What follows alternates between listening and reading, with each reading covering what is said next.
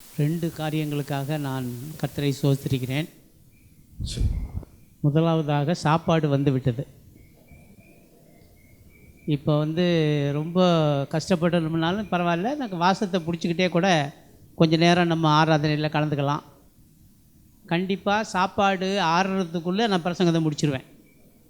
இப்போ சூடாக இப்போ தான் கொஞ்ச நேரம் இறக்கியிருக்கிறாங்க. 2வது, இப்படிப்பட்ட அறிமுகம் செய்து வைத்த பாஸ்டர் கிருபாகரனுக்காக நன்றி சொல்லுகிறேன். இந்த அறிமுகம் செய்வதிலே எனக்கு சற்று பயம் உண்டு. கர்நாடகாவுக்கு போயிருந்தேன். அங்கே உள்ள பாஸ்டரு கன்னடாவில் என்னை அறிமுகப்படுத்துகிறார் சபைக்கு.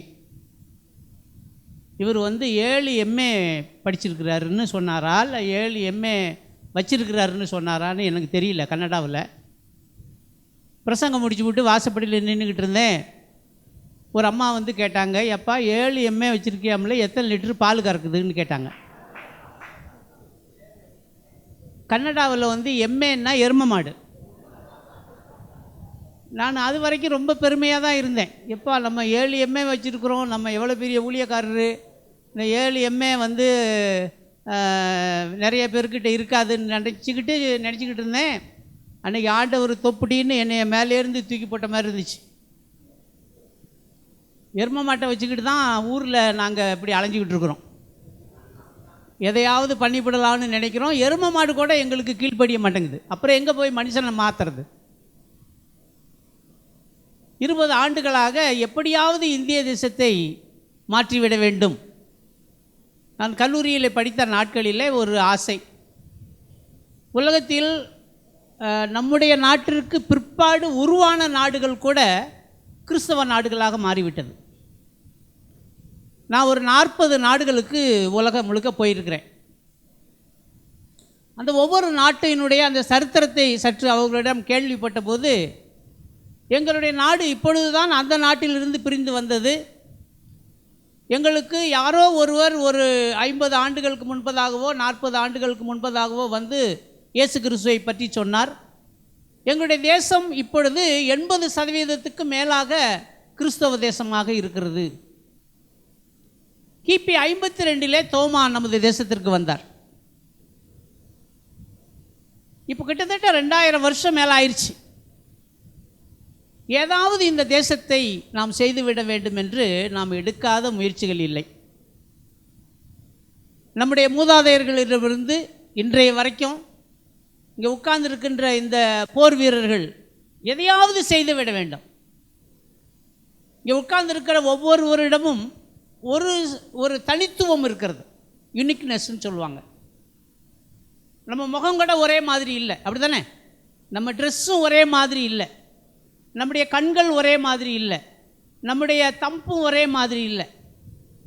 இங்கே நம்ம 50-60 பேர் கூடியிருக்கிறோம் என்றால் அந்த 50-60 பேரும் தனித்தனியானவர்கள். ஆண்டவர் உங்களையும் என்னையும் படைக்கும்போது தனியாக படைத்திருக்கிறார். You are a unique person. உங்களை மாதிரி இன்னொருவர் உலகத்திலே இல்லை. ஆண்டவர் உங்களை படைக்கும்போது அல்லது நம்மை படைக்கும்போது ஏதோ ஒரு பெரிய எதிர்பார்ப்போடு தான் படைத்திருக்கிறார். எதையாவது நாம் செய்து விடுவோம். தாயினுடைய கருவில் இருக்கும்போது அறிந்து கொண்டேன்னு எரேமியா சொல்கிறார். சரி, நாம் அந்த உலகத்திற்கு வந்தோம், வெறுங்கையாகத்தான் வந்தோம், வெறுமையாகத்தான் வந்தோம், உடலில் ஆடை இல்லாதவர்களாக, இந்த உலகத்தில் யாரையும் நம்மால் அறிந்து கொள்ள முடியாதபடி அப்படி தான் வந்தோம். ஆனால் ஆண்டவர் நமக்கு ஜீவனையும் சுகத்தையும் கொடுத்து நம்மை சுற்றி ஒரு உலகத்தை உருவாக்குகிறார். அப்படி தானே? முதல்ல அப்பா அம்மா, அப்புறம் நம்ம பக்கத்தில் இருக்கிற நம்ம சுற்றத்தார், அப்புறம் ஆசிரியர்கள், அதுக்கு பின்னாடி சபை, ஊழியக்காரர்கள், இப்படி அநேகருடைய ஒரு இன்ஃப்ளூயன்ஸில் தான் நம்ம வளர்கிறோம். சில நேரத்தில் ஒரு கேள்வி கேட்பாங்க, is leaders are born or மேடுன்னு கேட்பாங்க. தலைவர்கள் பிறக்கின்றார்களா உருவாக்கப்படுகின்றார்களா? தலைவர்கள் சில நேரத்தில் சொல்லுவாங்க, சில தலைவர்கள் பிறக்கிறார்கள், அப்படி தானே?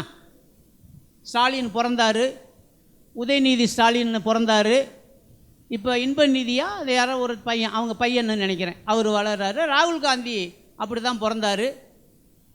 அதுக்கு பின்னாடி ராஜீவ் காந்தி, அதுக்கு முன்னாடி அவர் அப்படி தான் இருந்தார். இப்படி எல்லாரும் அவங்கெல்லாம் பிறந்தவங்க பார்ன் வித் சில்வர் ஸ்பூன் அல்லது கோல்டு ஸ்பூனுன்னுவாங்க. பிறக்கும் போதே அவங்க தங்க ஸ்பூனில் தான் பிறந்தாங்க. நேரு இங்கிலாந்தில் படிச்சுட்டு இருக்கும்போது அந்த கல்லூரியில் வந்து நிறைய வாசப்படி இருக்குமா. நேரு எந்த வாசப்படியில் போகிறாருன்னு தெரியாதான்.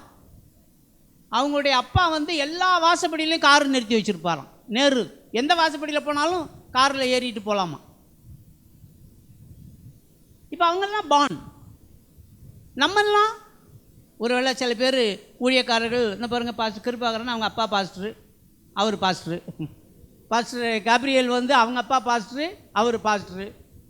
இப்படி எதெல்லாம் லக் அடித்தவங்களாம் இருக்காங்க இல்லை. நாங்கள்லாம் பிறந்த போதும் இல்லை, ஒரு 20-22 வயசு வரைக்கும் அந்த சர்ச்சு பக்கமே ஒதுங்கினதில்லை. அதிகபட்சம் போச்சுன்னா ஒரு கல்லெடுத்து அடித்து அந்த ஜன்னலை உடைச்சிருக்கிறேன் நான். அது எனக்கு நல்லா ஞாபகம் இருக்குது. கிறிஸ்தவ சபையில் கல்லெடுத்து உடைச்சதெல்லாம் ஞாபகம் இருக்குது. எதுக்கு ஆண்டவர் பிடிச்சாருன்னு எங்களுக்கு தெரில. நான் வந்து உலகத்தில் பல நாடுகளுக்கு பிரசங்கம் பண்ணிக்கிட்டு வர்றேன். எப்படியும் ஒரு வருஷத்தில் 3-4 நாட்டுக்கு ராஜி போயிடுவேன். அந்த நாடுகளுக்கெல்லாம் போய் பிரசங்கம் பண்ணுறேன். இன்னும் எங்கள் ஊரில் போய் பிரசங்கம் பண்ண முடியல. நான் பிறந்த ஊரில் 4 சபை இருக்குது. இந்த 4 சபையும் நாங்கள் தான் கட்டி கொடுத்துருக்குறோம். 4 சபையும் நாங்கள் தான் கட்டி கொடுத்துருக்குறோம். எங்கள் அப்பா தான் கட்டி கொடுத்தாரு. நான் சொன்னேன், எனக்கு சேர வேண்டிய சொத்து எல்லாத்தையும் சர்ச்சு கட்டி கொடுத்துருங்க அப்படின்ட்டேன். ஆனால் அந்த பாஸ்டர்கள் சொல்லுவாங்க, பாஸ்டர் அந்த திறப்பு விழா நாச்சும் வாங்க அப்படின்னு. அதில் என்ன நடந்து போச்சுன்னா, எங்கள் அம்மா எழுத படிக்க தெரியாதவங்க. ஒரு முறை நான் பூனாவில் படிச்சுக்கிட்டு இருந்தேன். அந்த பூனாவில் படிச்சுட்டு வரும்போது அந்த கல்லூரியில் எனக்கு ஒரு படிப்பு, அதுக்கு பேர் BLA, bachelor of liberal arts. அதான் அந்த படிப்பினுடைய இது. எங்கள் அம்மா கேட்டாங்க, என்னப்பா படிக்கிறேன்னாங்க. நான் என்ன செஞ்சுவிட்டேன், BLAன்னு சொல்லிவிட்டேன். எங்கள் அம்மாவுக்கு வந்து BLAன்னு உழுவல, BLன்னு மாத்திரம் விழுந்துருக்குது. பைப்பில் போய் தண்ணி பிடிச்சிட்டு இருக்கும்போது உன் மகன் என்னடி படிக்கிறான்னு கேட்டதுக்கு எங்கள் அம்மா சொல்லிட்டாங்க, BL படிக்கிறான். ஆமாம் அவன் சின்ன பையன்லேருந்து நல்லா பொய் சொல்லுவான், திறமையாக பொய் சொல்லுவான், அந்த வேலை தான் அவன் பொருத்தம் அப்படின்ட்டாங்க. இப்போ எங்கள் ஊரை பொறுத்த வரைக்கும் நான் லாயர், இன்னமும் நான் பொய் சொல்லிக்கிட்டே அலைகிறேன். இப்போ நான் பாஸ்டர்னு சொன்னால் ஒருத்தன் கூட நம்ப மாட்டேங்கிறான். இப்போ நாங்கள் அதை எஸ்டாப்ளிஷ் பண்ணுறதா இல்லை நாங்கள் படிக்கிறதா இப்படி ஊழியம் செய்கிறதான்னு பார்த்தேன். நான் எது பெஸ்ட்டுன்னு பார்த்துட்டு அந்த ஊர் பக்கமே போகிறதில்ல. இந்த கொரோனா டைமில் அந்த ஊரில் ஏதாவது உதவி செய்யலான்னு சொல்லிட்டு நான் என்ன செஞ்சேன், இங்கேருந்தே ஒரு ஆளை அனுப்பினேன். ஒரு 50,000 ரூபா பணத்தை கொடுத்து, நீ எதையாவது போய் செஞ்சிரு, யார் கொடுத்தான்னு மாத்திரம் சொல்லிடாத. ஏன்னா நான் கொடுத்தேன்னு சொன்னால் வாங்க விட மாட்டாங்க. அந்த திருட்டு பைய கொடுக்குறதெல்லாம் வாங்கி சாப்பிட்றதா நம்ம அப்படின்னு வருவாங்க. இப்போ நாங்களாம் 2வது ரகம், நீங்கள்லாம் முதல் ரகம். பிறக்கும் போதே தங்க ஸ்பூனில் பிறந்தீங்க. உங்கள் அப்பாவுடைய பிரசங்கம் தான் உங்களுக்கு தாலாட்டார் கேட்டுச்சு, அவர் பாடுற பாட்டு தான் கேட்டுச்சு. எங்களுக்கு பாட்டை மகிழ்வோன்றதே நான் 30வது வயசில் தான் படித்தேன். இப்போ நாங்கள்லாம் வந்து வி ஆர் மேட். அது எப்படி உருவானோம், என்ன உருவானோம்னு தெரியல, யாரை பார்த்து உருவானோம்னு எனக்கு தெரியல. யாரோ வந்தாங்க, யாரோ தட்டி கொடுத்தாங்க, சில பேர் அழிச்சாங்க, சில பேர் தூக்குனாங்க, உற்சாகப்படுத்தினாங்க. எப்படியோ தப்பி தவறி இன்றைக்கி இப்படி நிற்கிறோம் இந்த இடத்துல. நாங்களாம் மேடு. இப்போ நாங்களாம் உருவாக்கப்பட்டவங்க அப்படின்றதுல ஒரு சின்ன சந்தோஷம். ஒரு ஆராய்ச்சியாளர் சொல்கிறாரு, இந்த பிறந்தவங்க இயேசுவை நல்லா ருசித்து பார்த்தாங்களா இல்லை இடையில வந்தவங்க ருசித்து பார்த்தாங்களான்னு சொல்லி ஆராய்ச்சி நடத்தினதில் 100% பேர் இந்த இடையில வந்தவன் தான் இயேசு கிறிஸ்துவை ருசிச்சான். Taste and see that the Lord is good. அப்படிதானா? நல்லவர் என்பதை ருசித்து பாருங்கள், அவர் மேல் நம்பிக்கையாக இருக்கிற மனுஷன் பாக்கியன். மார்ட்டின் பூப்பர் அப்படின்ற ஒரு என்கவுண்டர் தியாலஜின்னு ஒன்று உருவாக்குனார். இந்த என்கவுண்டர் தியாலஜியில் ஐ தவ் அப்படிம்பார், ஐ தவ் ரிலேஷன்ஷிப். அந்த ஐ தவ் ரிலேஷன்ஷிப்னா என்னன்னா, நானும் ஆண்டவரும், எனக்கும் ஆண்டவருக்கும் இப்போ இந்த பிறந்தவங்கெல்லாம் எப்படி வந்தாங்கன்னா, நான், எங்கள் அப்பா, அப்புறம் கடவுள், இப்படி தான் வந்தாங்க. 3 அவங்களுக்கு அடுத்த ஸ்டெப் இருந்துச்சு. எங்களுக்கெல்லாம் ஒரு ஸ்டெப்பு இல்லை. நேராக ஆண்டவருடைய பாதப்படியில் விழுந்தோம். ஆண்டவரே ஒன்று காப்பாற்று, இல்லைன்னா அழிச்சிரு. நாங்கள் திருப்பியும் போக முடியாது ஊருக்கு. நாங்கள் வந்த வழி எங்களுக்கு ஒன் வே ட்ராக்கு தான். நாங்கள் வந்தோம், திரும்பி போக முடியாது. அதுக்காக வேண்டி நாங்கள் சாகிறதுக்கும் தயார். நான் என்னை அடிக்கிறதுக்கெல்லாம் நிறைய பேர் வந்தாங்க, அடிச்சிருக்காங்க. நான் அதை அடிக்கும் போதே நான் தெளிவாக சொல்லிடுவேன், இந்த பாருப்பா, நீ என்னைய அடிச்சின்னா நீ கன்வெர்ட் ஆயிடுவ. என்னைய காயம்படுற அளவுக்கு அடிச்சின்னா உன் குடும்பம் கன்வெர்ட் ஆயிரும்.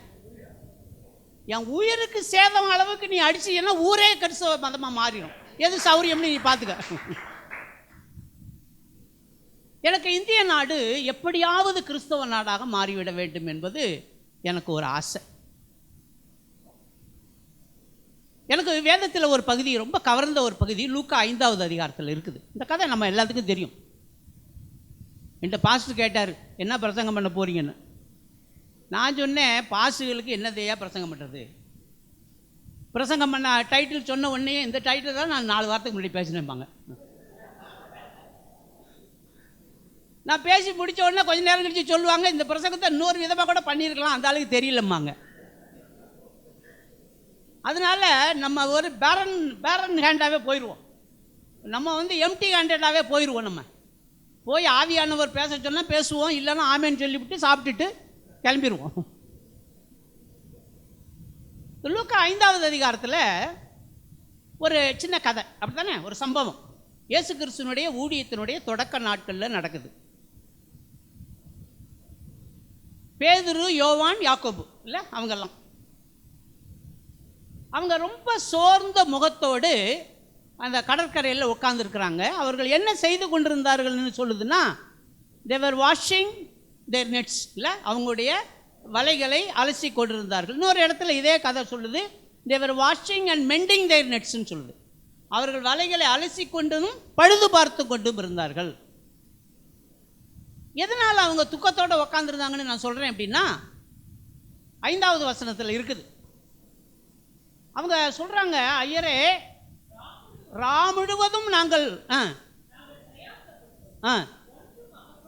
அதில் நல்ல கிரீக் பைபிளில் நல்ல அழகாக சொல்லியிருக்குது, we toiled throughout the night and we did not get even the smallest fish ன்னு சொல்லுது.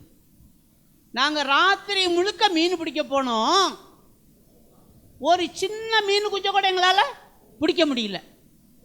இவங்கெல்லாம் யார் அப்படின்னா, அவங்க பேக்ரவுண்டை பார்த்தீங்கன்னா, இப்போ நான் சொன்னேன்ல 2 கேட்டகரி ஆளுங்க. ஒரு கேட்டகரி ஆளுங்க யார், பாஸ்டருடைய பிள்ளைங்க. தேவர் பார்ன் வித் சில்வர் ஸ்பூனு அல்லது கோல்டு ஸ்பூனு. இப்போ இவங்க யார் அப்படின்னா, அந்த மாதிரி ஆளுங்க தான். அவங்க அப்பா மீன் பிடிக்கிறவர், அவங்க தாத்தா மீன் பிடிக்கிறவர், அவங்க கடல்லையே பிறந்து கடல்லையே வளர்ந்தவங்க. இந்த ஆளுங்க சொல்கிறாங்க, ரா முழுவதும் நாங்கள் பிரயாசப்பட்டோம், ஒன்றுமே. 1952 நேரு காலத்தில் முதல்ல சென்சஸ் எடுத்தாங்க இந்தியாவில். அப்போ எவ்வளவு கிறிஸ்தவங்க இருந்தாங்கன்னா 2.28, 2.28 தான் நேரு காலத்தில் 1952. இப்போ நம்ம கையில் இருக்கிறது 2011 சென்சஸ் தான் இருக்குது, இப்போ தான் எடுக்க போகிறாங்க, 2.78. இந்த 2000 வருஷத்தில் நம்ம என்னெல்லாம் செஞ்சுருக்கிறோம் தெரியுமா? ஆர்ஃபனேஜ் ஆரம்பித்து பார்த்தோம், ஆஸ்பத்திரி ஆரம்பித்து பார்த்தோம், காது கேளாத ஒரு பள்ளியை ஆரம்பித்து பார்த்தோம், தெரு பிரசங்கம் பண்ணி பார்த்தோம், பெரிய பெரிய குருசேடுகளை போட்டு பார்த்தோம். அதாவது கிறிஸ்தவ மதத்தில் இருந்த பணத்தில் 85% ஊழியத்திற்காகவே செலவழிக்கப்பட்டிருக்குது. இவ்வளவு செலவழித்து இன்றைக்கு முஸ்லீம் மதம் உலகத்திலேயே வேகமாக வளர்கிற மதம், வேகமாக வளர்கிறாங்க. எனக்கு தெரிய 6% இருந்துச்சு நான் சின்ன பிள்ளையாக இருக்கும்போது, 6%.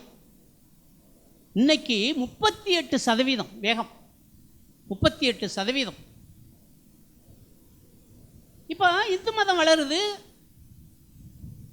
ஒருவேளை அவங்க சொல்கிறாங்க வளர்றோன்னு சொல்கிறாங்க, பரவாயில்ல.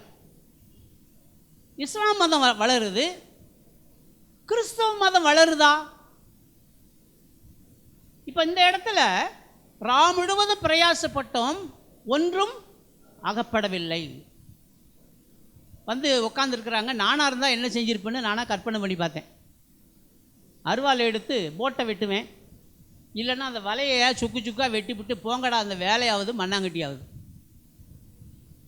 சாயங்காலம் அனுப்பும்போது என் மனைவி சொல்லி தான் அனுப்புனான், போய் நிறைய மீன் பிடிச்சிட்டு வான்னா. காலையில் எம்டி போட்டு அப்படி தானா? அவள் கொமட்டில் குத்தும் போது வெக்கமாக இருக்குது. நீ எதுக்கு தான் லாய்க்கு? குடும்பம் நடத்துறதுக்கு லாய்க்கு இல்லை, மீன் பிடிக்கிறதுக்கு லாய்க்கு இல்லை, சபை நடத்துறதுக்கு லாய்க்கு இல்லை. சில நேரத்தில் அந்த வார்த்தையெல்லாம் கேட்கும்போது நீ என்ன தான் செய்கிறேன்னு கேட்குறாங்க. காலையில் பைபிள் எடுத்துகிட்டு போகிற மாதிரி தான் இருக்குது, சாயங்காலம் சுற்றிட்டு வர்ற மாதிரி தான் இருக்குது. வருஷ கணக்கில் சபை இருக்குது, அதே 35 பேர் 40 பேர் தான் உட்காந்துருக்கான்.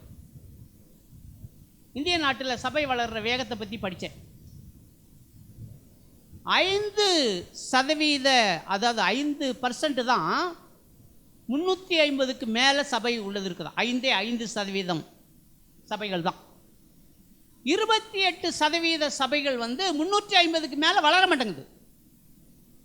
ஆனால் கிட்டத்தட்ட 60க்கு மேலே உள்ள சபைகள் அந்த 30க்கு கீழே இருக்குதான். அது ஸ்டாக்னண்டாக இருக்குது.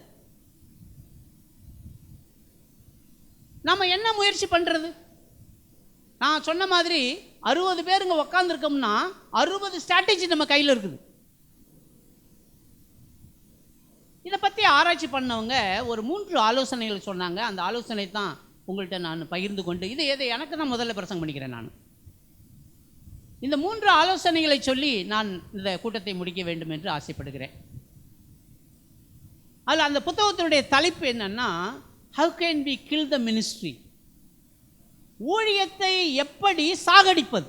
How can we kill the ministry? How can I grow the ministry? வேற விஷயம். ஒரு காரியம் தெளிவாக தெரியுது, நான் எதிர்பார்த்த வேகத்தில் நான் வளரவில்லை. இயேசு கிறிஸ்துன்னு ஒருத்தர் வந்தார், அவர் 12 பேரை முதல்ல பிடிச்சார், அப்படிதானா? அப்புறம் 72 பேரை பிடிச்சார், அப்புறம் 120 பேர் ஆனாங்க, அப்புறம் 3000 பேர் ஆனாங்க, 5000 பேர் ஆனாங்க. 100 வருஷத்துக்குள்ள ரோம சாம்ராஜ்யத்தில் 6 லட்சம் கிறிஸ்தவர்கள் இருந்தாங்களாம். 6 லட்சம். அப்போஸ்தலர் நடபடிகள் புத்தகத்தை படித்து பார்த்தோம்னா அந்த 28 அதிகாரத்தில் நமக்கு ஒரு காரியம் தெளிவாக தெரியுது. அந்த 28 அதிகாரம் முடியும் போது ஆசியா மைனர் முழுவதும் கிறிஸ்தவர்கள் ஆனார்கள். அப்போஸ்தலர் நடபடிகள் புத்தகம் எனக்கு ரொம்ப இஷ்டமான புத்தகம். முதல் வார்த்தை சொல்லும், உபத்திரவம் பெருகினது, சபைகள் சிதறடிக்கப்பட்டன. 3வது வார்த்தை, அவர்கள் சென்ற இடங்களெல்லாம் சீஷர்கள் தொகை பெருகினது. 4வது வார்த்தை, அந்த சீஷர்கள் எங்கெல்லாம் பெருகினாங்களோ அங்கெல்லாம் சபைகள் ஸ்தாபிக்கப்பட்டது. ஒருவேளை நம்முடைய அர்த்தமே வேறையா இருக்குது. இப்போ சபைகள் அப்படின்றதுக்கு ஆதி திருச்சபை சொன்ன அர்த்தம் வேற, இப்போ நம்ம பேசிட்டு இருக்கிற அர்த்தம் வேற. ஆதி திருச்சபை சபை என்பது மக்கள். எங்கே 2-3 பேர் என் நாமத்தினாலே கூடி வருகிறீர்களோ அங்கே நான் இருப்பேன். எங்கே 2-3 பேர் கூடிட்டாங்களோ, தேங்க்யூ பாஸ்டர், 2 பேர் கூடுனாங்களோ அது சபை. இப்போ நாம் எப்படி பேசிக்கிட்டு இருக்கோம்னா, சபைன்னா ஒரு பில்டிங் வேணும், அப்படிதானா? அந்த பில்டிங்னா இப்படிப்பட்ட ஒரு புல்பீட்டு வேணும், அதுக்கு பின்னாடி ஒரு கீபோர்டு வேணும். அந்த கீபோர்டுடைய விலை எவ்வளோ இருக்கணும்? 2 லட்சம் ரூபா இருக்கணும். அப்புறம் இப்போல்லாம் ஒரு பெரிய ஒரு இது இருக்கணும், என்னது, எல்சிடி. அதாவது இது இல்லை, இப்போல்லாம் அந்த இதை போயிடுச்சுப்பா, என்னது, இப்போ அந்த படமெல்லாம் காமிக்கிறதெல்லாம் போயிடுச்சு. இப்படியே இப்படி வச்சிங்கன்னா இப்படி தொட்டிங்கனாலே எல்லாம் வரும், உங்கள் கம்ப்யூட்டரை மாட்டினா போதும். உலகம் வேகமாக மாறிக்கிட்டு இருக்குது. இதில் என்ன நம்ம ஒரு தெரிஞ்சிக்க வேண்டிய ஒரு காரியம் இருக்குன்னா, அந்த 5வது அதிகாரத்தில் மீன் பிடிக்கிற தொழிலில் இருந்தவங்க, மீன் பிடிக்கிறதையே அவங்களுடைய குடும்ப தொழிலாக இருந்தவங்க ஒரு வேலைக்கு போய் ஒரு மீன் குஞ்சு கூட பிடிக்க முடியாமல் வந்தாங்களாம். சரி, அந்த இடத்துல இயேசு கிறிஸ்து போகிறாரு. அங்கே போகிறாரு. நீ ஏற்கனவே துக்கத்தில் இருக்காங்க, ராத்திரி பூரா மீன் கிடைக்கலையே.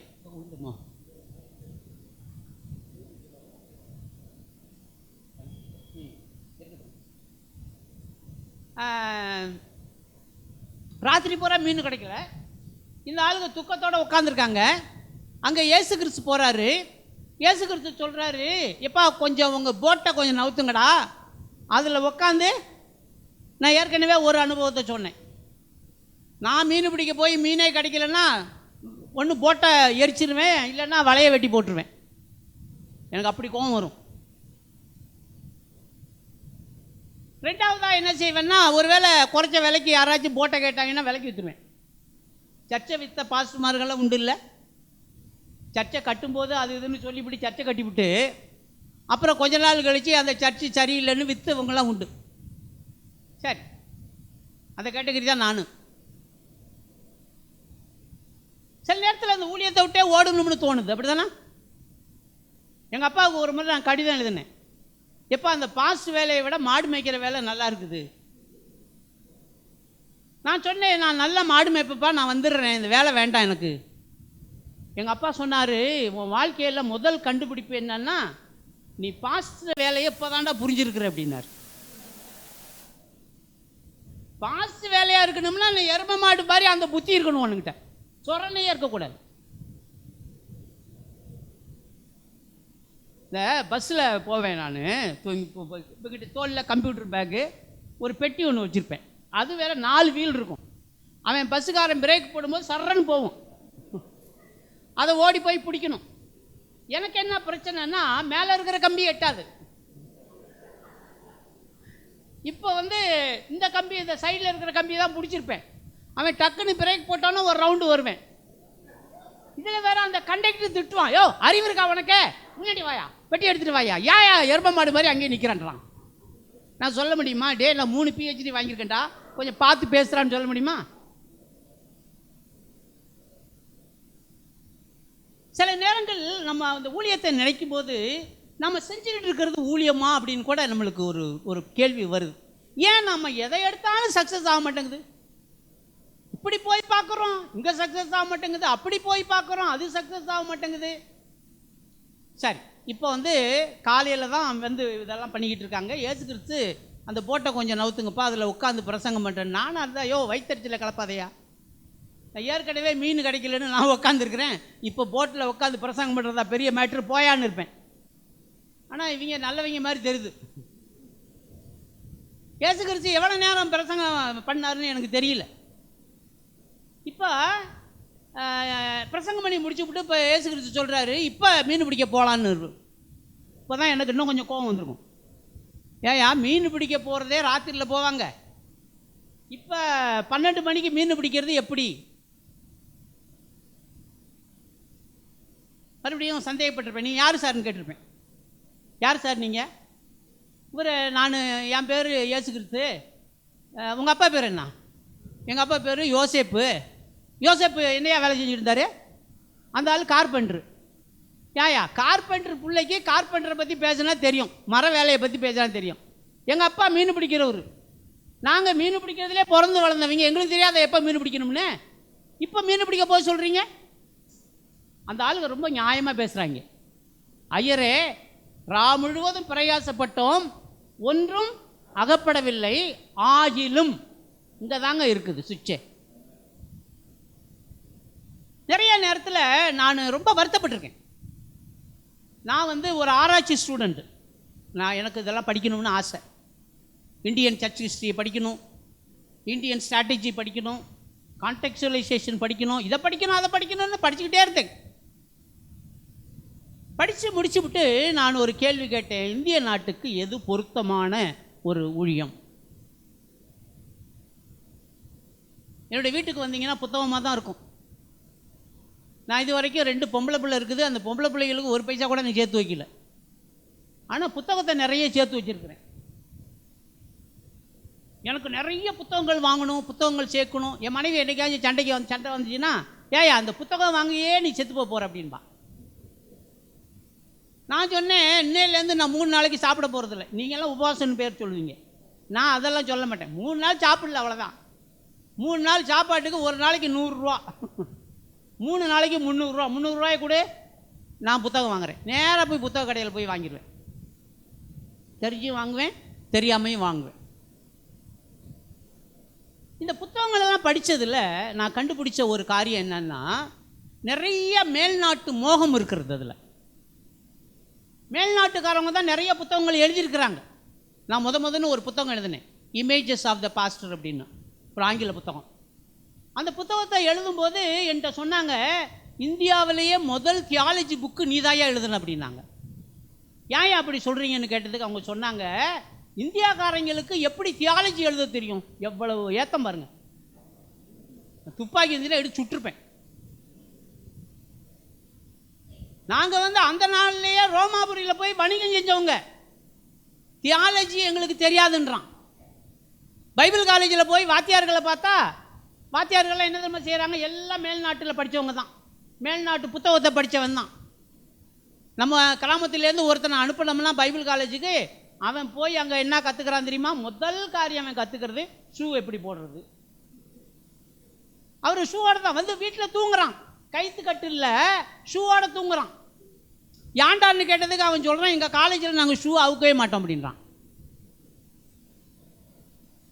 டை கட்டுறான், அதுக்கு அடுத்தாப்புல டை கட்ட தெரில. அவன் சீனியர் ஸ்டூடெண்ட்டை போய் 4வது வருஷம் படிக்கிறான்ல, அவன்கிட்ட கொடுத்து எப்படிடா டை கட்டு, இதை 2 தான் படிச்சுவிட்டு இங்கே வரான் ஊழியத்துக்கு. எப்படி ஊழியம் செய்வான்? பைபிள் காலேஜ் எல்லாம் இந்த மேல்நாட்டு மோகத்தை கற்றுக் கொடுக்குறதா. கடைசியில் அவன் வர்றான், நம்ம ஊரில் வேலை செய்ய முடியல, வெளிநாட்டுக்கு போயிடறான். அங்கே போய் ஒட்டகத்தை மேய்க்கிறதுக்கு கூட தயாராக இருக்கான், இங்கே மனுஷனை மேய்க்கிறதுக்கு அவன் தயாராக இல்லை. ஐயரே ராம் முழுவதும் பிரயாசப்பட்டோம், ஆனால் ஒன்றும் அகப்படவில்லை, ஆகிலும் உம்முடைய வார்த்தையின்படியே. அதாவது இதில் இந்த கதை சிம்பிளாக முடியுது. இப்போ மீன் பிடிக்க போகிறாங்க வெயில் நேரத்தில் போய் கடலில் போய் பாருங்கள், மீனெல்லாம் மேலே நிற்குமா, கீழே போகுமா? கீழே போயிடும். ஏன் தெரியுமா? அது நம்ம மூஞ்சை பார்க்குறதுக்கு இஷ்டம் இல்லை. ராத்திரி இருட்டில் மீன் பிடிச்சிடலாம், ஏன்னா அது அழகாக இருக்குது, நம்ம மூஞ்சி அசிங்கமாக இருக்குது. இப்போ பகலில் போய் மீன் பிடிக்கிறாங்க. வசனம் என்ன சொல்லுதுன்னா, அவர்கள் வலை கிழிந்து போகத்தக்கதாக படகு அமிழத்தக்கதான அளவுக்கு ஊழியம் வெற்றி அடைய வேண்டும் என்றால் ஒரே ரகசியம்தான் இருக்குது. இயேசு கிறிஸ்து என்ன மாதிரி ஊழியம் செஞ்சாரோ அந்த மாதிரி ஊழியத்தை செய்யணும். நான் எல்லா புத்தகத்தையும் தூக்கி போட்டுட்டு இந்த 4 சுவிசேஷத்தை மாத்திரம் படிப்போம் அப்படின்னு சொல்லி படித்தேன். அந்த 4 சுவிசேஷத்தையும் படித்தா அதில் இருக்கக்கூடிய அநேக ரகசியங்கள் எனக்கு தெரிய வந்தது. அதில் என்ன, அந்த ஆட்களுடைய ஒரு ஆட்டிடியூடை பாருங்கள். இவங்க வலை கிழிந்து போகத்தக்கதாக படகு அமிழத்தக்கதாக மீன் பிடிச்ச உடனே நானாக இருந்தேன்னா சரட்டுன்னு கொண்டாந்து மார்க்கெட்டில் போட்டு அருமையான விலைக்கு விற்றுருப்பேன். இவங்க என்ன செய்கிறாங்க, 2 ஆனோன்னு கை அசைச்சி பக்கத்தில் சும்மா சுற்றிக்கிட்டு இருந்தாங்கல்ல, அவங்களெல்லாம் கூப்பிடுறாங்க, இங்கே வாங்கடா, இங்கே வந்து பாருங்கள், பட்ட பகலில் நாங்கள் மீன் பிடிச்சோம், இது இவ்வளோ நிறைஞ்சிருச்சு. என்ன கேட்டிருப்பாங்க அவங்க? எப்படிரா அது நடந்துச்சு? எப்படி நடந்துச்சு தெரியுமா? இந்த பாரு, அந்த படகுல உட்காந்துருக்கிறாருல இயேசு கிறிஸ்துன்னு பேர், அவர் சொன்ன வார்த்தையை நாங்கள் கேட்டோம்.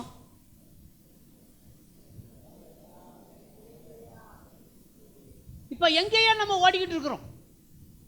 வெள்ளைக்காரன் சொன்னதை கேட்டோம். அவன் ஸ்டார் ஹோட்டலில் ஒரு சாப்பாடு, நான் அந்த மாதிரி தங்கியிருக்கிறேன். 6000 ரூபா ரூம் வாடகை. நான் 6000 ரூமில் தங்குவேனா?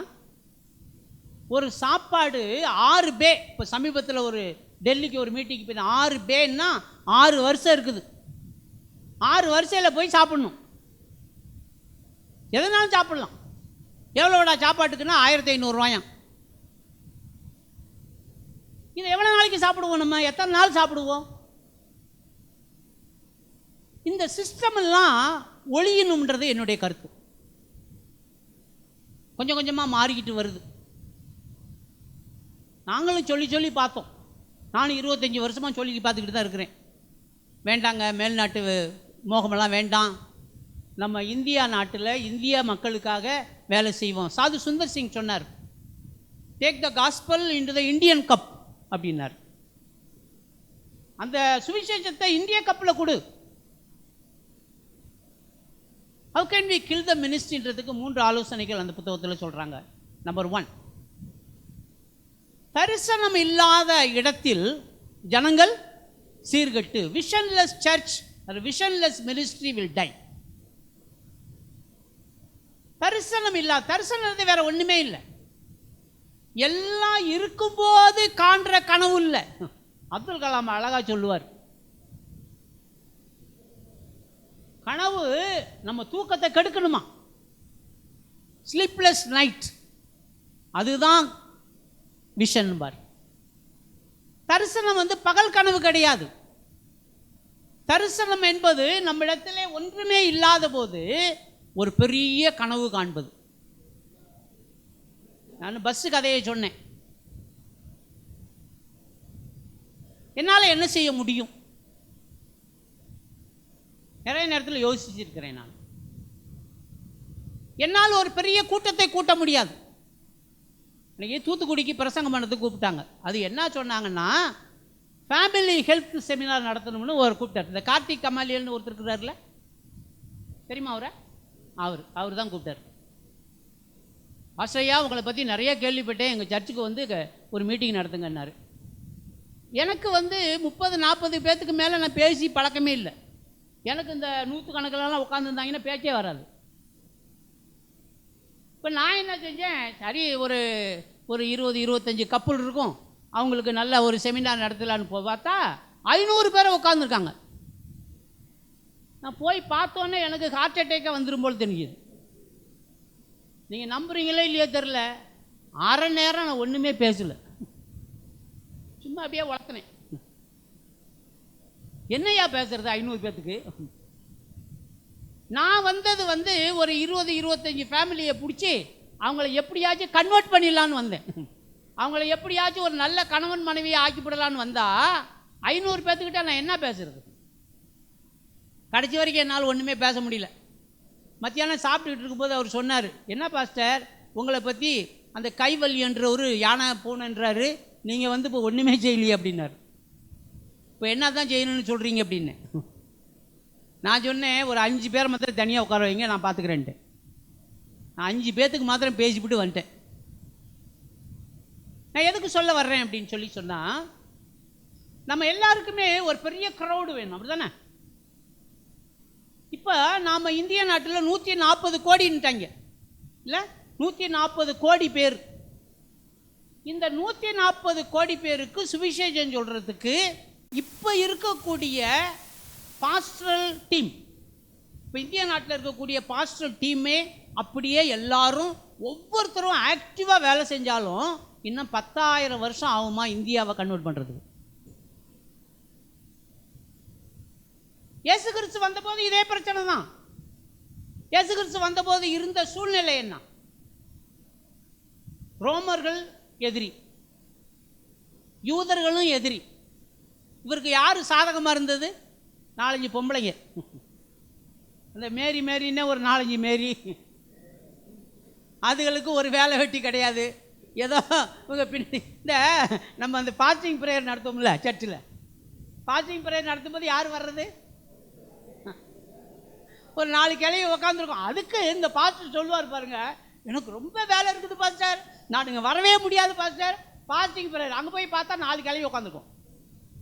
அந்த 4 கிழவிக்கு வீட்டில் மறுபக்கத்தோலை தாங்க முடியாமல் ஏதோ உட்காந்துருக்குது. இயேசு கிறிஸ்து காலத்தில் என்ன ஒரு கண்டியூசிவ் என்வைரன்மெண்ட் இருந்துச்சு? சாதகமான ஊழியத்துக்கு சாதகமான சூழ்நிலை என்ன இருந்ததுன்னு சொல்லுங்க பார்க்கலாம். இயேசு கிறிஸ்து காலத்தில் அப்படி இல்லவே இல்லை. அவருடைய சீஷர்கள் கூட ஒருத்தனும் கன்வெர்ட் ஆகல இல்லை. அவர் சிலுவையில் அடித்த பிற்பாடு அவன் வேலைக்கு போயிட்டான். யூதாஸ் காரியத்தை காட்டியும் கொடுத்துட்டான். நீங்கள் நல்லா இயேசு கிறிஸ்துடைய ஊழியத்தை கணக்கு போட்டு பார்த்தீங்கன்னா தொடக்கத்திலேருந்து கடைசி வரைக்கும் அவருடைய ஊழியம் ஒரு வெற்றி ஊழியம்னு சொல்லவே முடியாது. எத்தனை சர்ச்சு கட்டினார், எத்தனை புத்தகம் எழுதினார், எத்தனை இடத்துல தான் பிரசங்கம் பண்ணார். கடைசியாக பார்த்தீங்கன்னா ஒரு பொம்பளையை உட்கார வச்சு அந்த கிணத்தாண்டியில் பிரசங்கம் பண்ணார். அதாவது வேலை மண்ணை கட்டவனுக்கு அதுதானே. ஒரு ஊழியம் செஞ்சுக்கிட்டே இருந்தேன் ஒரு ஊரில். அப்படியே போவேன் பைபிள் எடுத்துக்கிட்டு. ஒரு அம்மா ஒரு நாள் என்னை கூப்பிடுச்சு, இங்கே வாப்பா அப்படின்னு கூப்பிட்டோடனே நானும் போனேன். நமக்கு தெரியாது, ஒரு அப்படி ஆள் கிடைச்சா போதாது. அந்த அம்மா சொன்னிச்சு, நான் சின்ன பிள்ளையா இருக்கும்போது விபிஎஸ் அட்டன் பண்ணியிருக்கிறேன், நான் இந்துவாக தான் இருக்கிறேன், என் புருஷனும் இந்து தான், எனக்கு என்னமோ அந்த இயேசு கிறிஸ்துவை தெரிஞ்சுக்கணுன்னு ஆசையாக இருக்குது, சொல்லு தம்பின்னுச்சு. ஆனால் சொன்னிச்சு எங்கள் புருஷனுக்கு தெரியாமல் தான் சொல்லணுன்னுச்சு. அப்போ நான் என்ன செஞ்சேன், சரி என் மனைவியை அழைச்சிட்டு வரேன்னு சொல்லிவிட்டு போனோம். போயிட்டு நல்லா தான் போயிட்டு இந்த அம்மா என்ன செய்யுதுன்னா எங்கள் புருஷன் இல்லாத நேரமாக சொல்லும். போய் பைபிள் ஸ்டடி கொடுத்துக்கிட்டே இருந்தேன். திடீர்னு ஒரு நாள் அந்த புருஷன் எங்கே போனான்னு தெரியல, திடீர்னு வந்துட்டான். மும்மரமாக பைபிள் போயிட்டு இருக்குது. இப்போ பைபிள் ஸ்டடி யாரா அப்படின்னா பைபிளை கையில் வச்சுட்டு நான் என்ன சொல்கிறது, நான் வியாபாரின்னு சொல்ல முடியாது, இப்போ பாஸ்டர்னு சொல்லிவிட்டேன். என்னடா செய்கிறேன்னா பைபிளை சொல்லி கொடுக்குறேன்னு பிடிச்சான். என் முடிய என்ன அடிக்கிறதெல்லாம் ரொம்ப சுலபம். அடித்து 4 உத விட்டு பக்கத்தில் இருந்து சாக்கடையில் தள்ளிட்டான். இப்போ என் மனைவிக்கு என்ன செய்யறதுன்னு தெரில. அப்புறம் எப்படியோ என் மனைவியை தூக்கி விட்டு அப்புறம் எப்படியோ பக்கத்தில் இருந்தவங்களாம் வந்து எப்படியோ வந்தாச்சுன்னு வைங்க. கொஞ்ச நாள் கழித்து அந்த ஊர்லேயே ஒரு கூட்டம் நடத்தணும்னு எனக்கு ஒரு ஆசை. அதுக்கு யாரோ ஒரு ஆள்கிட்ட கொஞ்சம் காசெல்லாம் வாங்கினேன். அவன் கொஞ்சம் காசு கொடுத்தான். ஒரு கூட்டம் நடத்திக்கிட்டு இருக்கேன். ஏன்னா ஒரு 200-300 பேர் வந்தாங்க. இப்போ இந்த காசு கொடுத்தவன் கடைசி நாள் வந்துட்டான் வேறு. இப்போ வந்தவொடனே இந்த பாஸ்மார்களுக்கு ஒரு இக்கட்டான நிலைமை இருக்கும். என்னத்தை தான் 3 நாள் பிரசங்கம் பண்ணாலும் இப்போ கடைசியில் ஒரு கேள்வி கேட்கணும்ல, யாரெல்லாம் இயேசு கிறிஸ்துவை ஏற்றுக்கொள்கிறீங்கன்னு கேட்கணும்ல. கேட்கலன்னா அது விவகாரம். அது அவன் காசு கொடுத்தவனு திருப்பி கொடுறான்னு கேட்டாலும் வம்பாயிரும். அதுக்காக நான் யாரெல்லாம் வந்து இயேசு கிறிஸ்துவை ஏற்றுக்கொள்றீங்கன்னா, இதில் வேற அந்த பொம்பளைக்காக அடி வாங்கினேனே அவ்வளோ உட்காந்துருக்கான். நான் 2 தரம் கேட்குறேன், 3 தரம் கேட்குறேன். அட்லீஸ்ட் அந்த பொம்பளைனாச்சும் வந்துக்க கூடாது. ஒருத்த கூட வரல. அவ்வளோ லட்சணமான பிரசங்கம் பண்ணியிருக்கேன், அதான் உண்மை.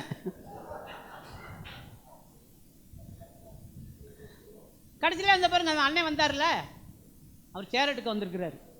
நான் நினச்சேன் என்னையை பார்த்து தான் வர்றாரோ என்னமென்ட்டு. அதே போல் அந்த ஆள் வர்றான். யார்? ஒருத்தன் என்னை அடித்தான்ல, அடித்து சாக்கடையில் போட்டான்ல, அவன் வர்றான்.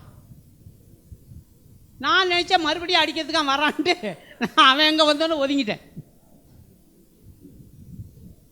அவன் வந்து நீட்டு சொல்கிறான், நான் இயேசு கிறிஸ்துவை ஏற்றுக்கிறேன்றான். எனக்கு தெரியல அந்த ஊழியம் என்னன்னு கூட எனக்கு தெரியல. பவுல் அப்போஸ்தலன் அழகாக சொல்லுவார், நான் நட்டேன், அப்பல்ல நீர் பாய்ச்சினான், தேவனை விளைவித்த. இதான் வசனம். நிறைய பேர் அதோட நிறுத்திக்குவாங்க. அப்படி இருக்க நடுகிறவனாலும் ஒன்றுமில்லை, நீர் பாய்ச்சுகிறவனாலும் ஒன்றுமில்லை, விளைய செய்கிற தேவனாலே. அதாவது ஆண்டவர் ஒரு தரிசனத்தை பார்க்குறார். ஆபிரகாம் ஒரு தரிசனத்தை பார்த்தார், அப்படிதானா? தனக்கே குழந்தை இல்லாத போது ஆண்டவர் ஒரு நாள் சொல்கிறாரு, உன்னுடைய சந்ததியை வானத்தின் நட்சத்திரங்களைப் போல ஆசீர்வதிப்பேன், கடலின் மணலத்தனை போல ஆசீர்வதிப்பேன். இது ஆண்டவர் சொல்லும்போது வசனம் சொல்லுது, ஆபிரகாம் தேவனை விசுவாசித்தான், அது அவனுக்கு நீதியாக எண்ணப்பட்டது. இதுக்கு பேர் தான் தரிசனம். நம்ம எல்லாம் இருக்கும்போது எங்களுக்கு ராகுல் காந்தி பிரதம மந்திரியாக வந்தால் நல்லாயிருக்கும், இல்லைன்னா சோனியா காந்தி பிரதம மந்திரியாக வந்தாலும் நம்மளுக்கு பிரச்சனை இல்லை. மன்மோகன் சிங் ஆண்டுட்டு இருக்கும்போது தான் கன்னியாஸ்திரியை கற்பழித்தாங்க கேரளாவில். இதெல்லாம் நம்ம ஒரு கற்பனை போடுறோம், ஒரு நல்ல என்வாயர்மெண்ட் எங்களுக்கு வேணும்ன்றோம். உண்மை இல்லை. அது ஆண்டவர் நம்மை ஆளாவிட்டால் விருதா. ஒரு தரம் ஜனங்க போய் சாமுவேல்கிட்ட கேட்குறாங்க, எங்களுக்கு உலகத்தார் போல ராஜா வேணும். அப்போ சாமுவேல் வந்து ரொம்ப வருத்தப்படுறாரு. நீங்கள் அதனுடைய தீமையை விளங்க மாட்டேங்கிறீங்க, அந்த ராஜா வந்து அதை செஞ்சிருவான் இதை செஞ்சிருவான்ட்டு சொல்கிறாரு. ஆனால் கேட்க மாட்டேங்கிறாங்க. ஆண்டவர்கிட்ட போய் அழுகுறாரு. ஆண்டவர் சொல்கிறாரு, அவர்கள் உன்னை தள்ளல, என்னையை தள்ளிட்டாங்க. தரிசனம்ன்றது சீயிங் பியாண்ட் அப்படின்றாங்க. நம்ம கண்ணுக்கு எட்டாத தூரத்தில் பார்க்கறது. கண்ணுக்கு எட்டாத தூரத்தில், அதுதான் விசுவாச கண்ணு. நேக்கட் ஐஸ் இல்லை. நேக்கட் ஐஸ் வந்து 2 கிலோமீட்டர் 3 கிலோமீட்டர் தான் பார்க்கணும்னு சொல்கிறாங்க.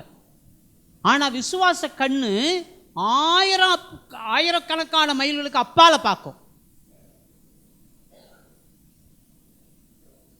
தரிசனம் இல்லாத இடத்தில் ஜனங்கள், இதுக்கு நம்ம தமிழில் சீர்கட்டு போவார்கள் இருக்குல்ல, ஆங்கில வேதாகமத்தில் என்ன சொல்லுது, if there is no vision people perish சொல்லுது. இந்த பெரிஷன்னா என்ன தெரியுமா? அழிஞ்சு போயிடுவாங்க.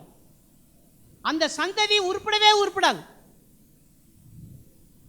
அருமையான தேவனுடைய ஊழியக்காரர்களே, ஜனங்களே, தரிசனம் நான் நம்புகிறேன் என்னுடைய காலத்திலேயே இந்திய கிறிஸ்தவ நாடாக மாறிடும். அல்லேலூயா.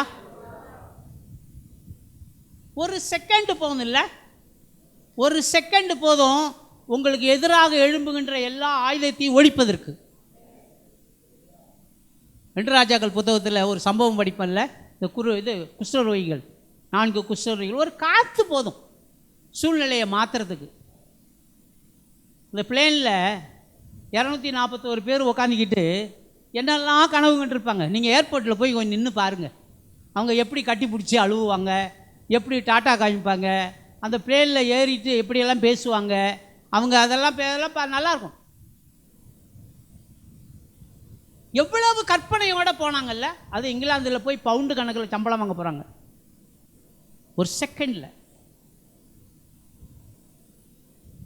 உங்களையும் என்னையும் இன்றைக்கும் ஆண்டவர் வாழ வைத்திருக்கிறார் என்றால் ஒரு நோக்கத்துக்காகத்தான் வாழ. சரி, முதல்ல தரிசனம் இல்லாத இடத்தில் ஜனங்கள் சீர்கட்டு போவார்கள். 2வது, லேக் ஆஃப் பர்சனல் இன்வால்வ்மெண்ட் அப்படின்றாங்க. நாம் தனிப்பட்ட ரீதியாக ஆண்டவர் என்னிடத்தில் என்ன எதிர்பார்க்கிறாரோ அதை செலுத்தாமல் இருப்பது. I don't contribute what God is invested upon me. என்னுடைய வாழ்க்கையில் ஆண்டவர் என்னை கொண்டு இந்த தேசத்திலே என்ன செய்ய விரும்புகிறாரோ அதை செய்யாமல் நான் தவிர்ப்பது. கிருபாகரனை பார்க்கும்போதெல்லாம் நான் ஒரு வார்த்தையை திருப்பி சொல்லிக்கிட்டே இருக்கிறேன். அது நானும் 100 தடவை சொல்லிட்டேன், அவரு கேட்ட மாதிரி இல்லை. ஐயா, you are not the product of being a pastor. அதானே? You are not the product of being a pastor, but you are the product of becoming a Bible college பிரின்சிபால்னு சொல்லியிருக்கேன். அவர் எம்எஸ்சி படிச்சிருக்கிறாரு, எம்டிஹெச் படிச்சிருக்கிறாரு, டாக்டரேட் படிச்சிருக்கிறாரு, எல்லாம் படித்து விட்டு நல்லா உடம்பும் நல்லா தான் இருக்குது. என்னை மாதிரி இல்லை, அழகாக இருக்கிறாரு. இப்போ அவரை போய் பேரப்பிள்ளை பெற்றுட்டாருன்னு பேரப்பிள்ளை வந்துருச்சுன்னு சொன்னால் நம்ப கூட மாட்டாங்க. ஆண்டவர் வந்து ஒவ்வொருத்தரையும் பிசாசு இடத்துல பந்தயம் கட்டியிருக்கிறார். தெரியுமா உங்களுக்கு? ஒவ்வொருத்தரையும் காமிச்சு பந்தயம் கட்டியிருக்கிறார். என்னைய காமிச்சு ஒரு நாள் சொல்றாரு, இவன் 5 அடி 2 அங்குலம் இருக்கிறான்னு நினைச்சிடாத, இவன் கண்ணங்கரையர்னு இருக்கிறான்னு நினைக்காத, அவனுக்குள்ள வேறொரு ஆவி இருக்குது. என் உடம்புலக்குள்ள பயன்றதே கிடையாது. நான் பிசாசை பார்த்தே பயப்படுறதில்லை. ஆனால் ஒன்றே ஒன்று, என் பொண்டாட்டியை பார்த்து கொஞ்சம் பயப்படுவேன்.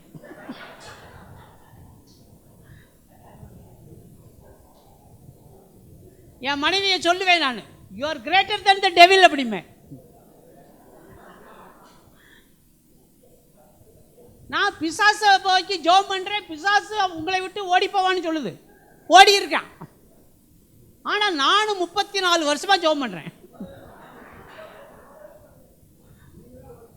நானும் ஓடுறேன். அதாவது எல்லாரும் தெரில, இந்த ஆம்பளைங்கெல்லாம் என்ன செய்கிறாங்கன்னு எனக்கு தெரில. பொண்டாட்டிகிட்ட சண்டை போட்டோன்னு என்ன செய்வீங்க நீங்கள் நினைக்கிறீங்க பொண்டாட்டி ஓடி போவான்னு. ஆனால் யான் பொண்டாட்டி அப்படியெல்லாம் கிடையாது. மரியாதையாக இருந்தால் இல்லை வெளியே போ. நான் எத்தனையோ நாள் வெளியே போய் பஸ்ஸில் ஏறி எங்கே டிக்கெட் வாங்குறதுன்னு தெரியாமல் நான் பாட்டுக்கு மெட்ராஸுக்கு கொடுறான்றது, போட்டிருக்கிற சட்டையோட மெட்ராஸுக்கு போய் அங்கே போய் இறங்கி அடுத்த பஸ்ஸில் ஏறி மறுபடியும் அதுக்குள்ளே சண்டை ஓரளவுக்கு சரியாயிரும். லேக் ஆஃப் பர்சனல் இன்வால்வ்மெண்ட்னா என்னன்னா, என்னிடத்தில் ஆண்டவர் இந்த உலகத்தில் நான் வாழ்கின்ற நாட்களிலே என்ன செய்ய சொன்னாரோ, என்கிட்ட ஒரு ஆவிக்குரிய வரத்தை கொடுத்துருக்கிறார். நிறைய நேரத்தில் நம்ம என்ன தெரியுமா நினைக்கிறோம், நம்மள்கிட்ட இல்லாததுக்கு குறித்து ரொம்ப கவலைப்படுறோம்ல. ஏன் பாஸ்டர் காப்ரியல் மாதிரி இல்லை, ஏன் பாஸ்டர் செல்வின் மாதிரி இல்லைன்னா இல்லை தான், அவர் மாதிரி உயரமாக இருக்க முடியுதா? இப்போ என்னகிட்ட என்ன இருக்குது, என்னிடத்தில் என்ன, என்கிட்ட வாயை தவிர வேறு ஒன்றுமே கிடையாது. வாயை தவிர என் மனைவி யாராச்சும் என் ஆஃபீஸுக்குள்ள நுழைஞ்சாங்கன்னா வெளியில் நின்று பார்ப்பா, ஐயோ ஐயோ பாவம் இவன் போகிறவன் நல்லவன் இருந்தால் தான் போகிறான், இப்போ என்ன ஆக போகிறான் தெரியல இவன்கிட்ட மாட்டிக்கிட்டு.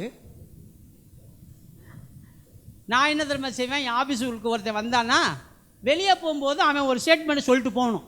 அண்ணே நீங்கள் கவலையப்படாதீங்கண்ணே, நான் இருக்கண்ணே. என் மனைவி சொல்லுவா, செத்தான் இவன், இத்தோட முடிஞ்சான். நான் ஒரு மேக்னெட் மாதிரி நினைக்கிறேன். நான் இயேசு கிறிஸ்து சொல்கிறாருல்ல, என்னிடத்தில் வருகிறவனை நான் இழுத்துக்கொள்வேன். ஒரு தரம் பார்த்தேன்னா அத்தோட அவர் என் பக்கமாக இருக்கணும். ஒரு தரம் சர்ச்சு குரோத்தில் பாடம் எடுத்தேன் எத்தனையோ வருஷத்துக்கு முன்னாடி. அதில் பாஸ்டர் கிருபாகரன் இருந்தார், பாஸ்டர் காப்ரியல் இருந்தார், பாஸ்டர் அந்தோணிராஜ் இருந்தார், பாஸ்டர் சாமுவேல் ராஜ் இருந்தார், பிறகு அந்த அங்கே தூத்துக்குடியில் இருக்கவங்க நிறைய பேர் இருந்தாங்க. என்ன பாடம் நடத்தினேன்னு எனக்கும் தெரியல, என்னமோ ஒரு அட்ராக்ஷன் ஆகிப்போச்சு. ஒரு கிராஜுவேஷன் நடத்தினேன் செங்கல்பட்டில். பாஸ்டர் காப்ரியல் எனக்கு தெரியாமையே செங்கல்பட்டுக்கு வந்து அந்த கிராஜுவேஷனை அட்டன் பண்ணிவிட்டு வந்துட்டார். உடனே அவங்க உள்ள தலைவர்கள்ட்ட பேசி 3 நாள் சிவகாசியில் நம்ம கிளாஸ் வச்சோம். அன்னைக்கு ஆரம்பித்த உறவு இன்னமும் இருக்குது. பஸ் கிருபாகரனுக்கு, பஸ் செல்வத்துக்கு, எல்லாம் எங்களுடைய உறவு அன்னைக்கு ஆரம்பித்தா அப்படியே பிடிச்சிக்கணும், மேக்னெட். ஒரு ஊழியக்காரன் 2-3 காரியத்தை நல்லா தெரிஞ்சுக்கணும். முதல் காரியம், ஆண்டவர் என்னை நம்பி இருக்கிறார். God is depending on me. ரெண்டாவது, God has invested on me. கர்த்தர் என்னிடத்திலே ஒரு முதலீடு செய்திருக்கிறார். எதையாவது கீபோர்டு வாசிக்கிறவர் ஒரு காரியத்தை சொல்லலாம், பாட்டு பாடுறவர் சொல்லலாம், பிரசங்கம் பண்ணுறவர் சொல்லலாம், டீச் பண்ணுறவர் சொல்லலாம், தலைமைத்துவத்தில் இருக்கிறவங்க சொல்லலாம். ஆண்டவர் என்னத்தையும் நம்மள்கிட்ட இன்வெஸ்ட் பண்ணியிருக்கிறார். மூன்றாவது, God is expecting something from me. ஆண்டவர் என்னிடத்தில் எதையோ எதிர்பார்க்கிறார். What is my contribution? நான் இந்த திருச்சபையின் வளர்ச்சிக்காக நான் என்ன செய்ய போகிறேன்? நான் திருச்சபைன்னு சொல்லும்போது தயவுசெய்து குறுகிய மனப்பான்மையில் சிவகாசியில் ஒரு சின்ன சபையில் அப்படிலாம் நீங்கள் இந்த உலகத்தில் உங்களுக்குன்னு ஒரு இடம் இருக்குது, அப்படி தானே? எவ்வளோ இடம் வேணும்? 6க்கு 3. நான் அமெரிக்காவில் படித்து முடிச்சு விட்டு வரும்போது என் ஃப்ரெண்ட்ஸ் எல்லாம் வழி அனுப்புறதுக்கு வந்தாங்க. வந்துட்டு ஒருத்தன் சொல்கிறான், கையை பிடிச்சி இழுக்கிறான் இந்தியன், மாப்பிள்ள இந்தியாவுக்கு போயிடாத, அது பெந்தகோஸ்து பாஸ்டர்களை நம்பாத, அவங்க உடனே ஒழிச்சு கட்டிடுவாங்க, நீ போகாதன்றாங்க. இன்னொருத்தன் சொல்கிறான், இப்போயும் டூ லேட் கிடையாது, டிக்கெட்டை கேன்சல் பண்ணிட்டு இருந்தலாம் அப்படின்றான். எனக்கு கோவம் வந்துருச்சு. சரிடா, அமெரிக்காவில் நான் இருந்தேன்னா என்னடா சாதிக்க போகிறேன் அப்படின்னு. ஒருத்தன் சொன்னால், அமெரிக்காவில் இருந்தால் நிறைய கார் வாங்கலான்ட்டான்னா. சரி, கார் வாங்கலாம். வாங்கி ஓட்டும்போது எத்தனை சீட்டில் உட்காந்து போட்டலாம்?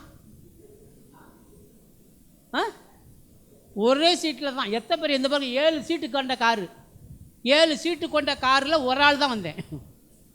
நான் நினைக்கிறேன் 7 சீட்டு இருக்குன்னு படுத்து வரல முடியுமா? ரெண்டாவது ஒருத்தன் சொன்னான், நிறைய வீடு வாங்கலாண்டாங்க அப்படின்னா. நான் சொன்னேன், நான் ராத்திரி தூங்கும்போது எனக்கு எவ்வளோ வேணும்? ஐயா சொன்னார் 6க்கு 3ன்னு. என்ன வேணும்னா ஒரு அரை சேர்த்துக்கலாம், அவ்வளோதான். இது இந்தியாவிலே இருக்குதுப்பா, நான் போகிறப்பான்னேன். நான் வந்த உடனே எனக்கு ஒரு பிரின்ஸ்பால் வேலை கொடுத்தாங்க. பெரிய 3500 பிள்ளைங்க உள்ள school, air condition room, car, 25,000 சம்பளம், 10,000 ரூபா ட்ராவல். எனக்கு ஒரு நாள் எங்கள் அம்மா எழுத படிக்க தெரியாதவங்க வந்தாங்க. வந்தோடனே, ஏம்மா நீங்கள் வாங்க ஆஃபீஸை பாருங்க அப்படின்னேன். எழுத படிக்க தெரியாதவங்களா?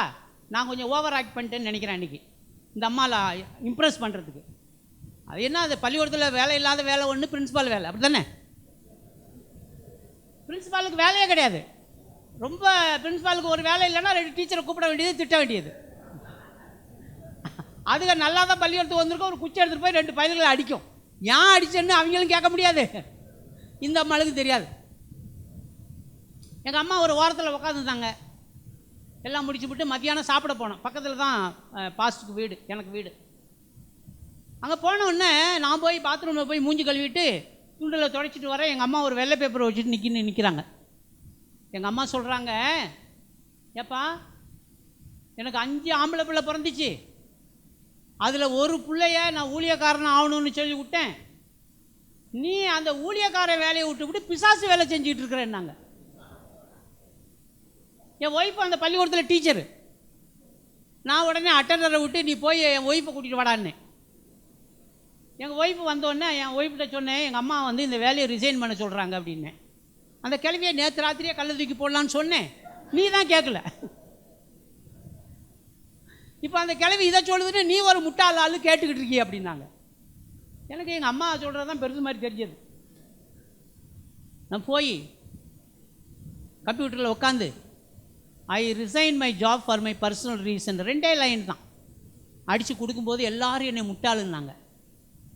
எங்கள் அம்மா சொன்னாங்க, இன்னையிலேருந்து ஆண்டவருடைய எங்கள் அம்மாவுக்கு சாமியார் தான் தெரியும், அவங்க கத்தோலிக்கக்காரங்க. சாமியார் எந்த ஊரோட சம்பளம் வாங்கினான்னாங்க. எங்கள் அம்மா, உனக்கு சம்பளம் வாங்கக்கூடாது, உன் பேரில் ஒரு சொத்து கூட இருக்கக்கூடாது, நீ ஆண்டவருக்காக பைபிள் எடுத்துகிட்டு வீதி வீதியாக அலையணும்.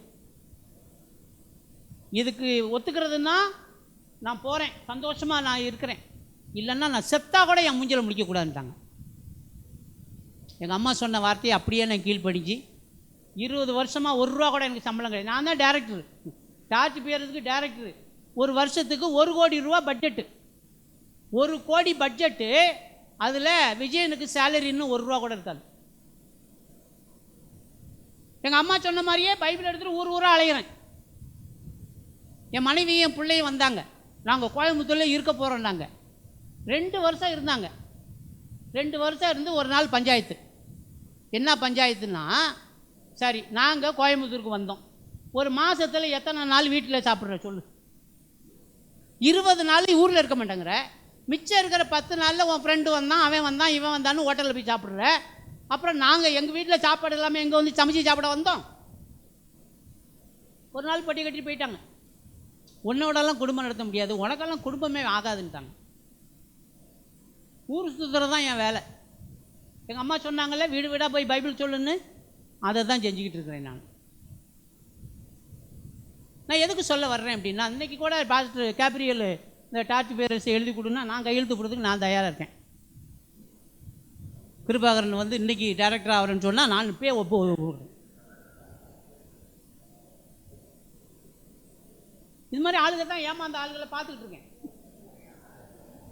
யாராச்சும் ஒரு ஆள் மாட்ட மாட்டாங்களா? 4 மாடி இருக்குது பாஸ்டர், 1.5 கோடி 2 கோடி சேரும்.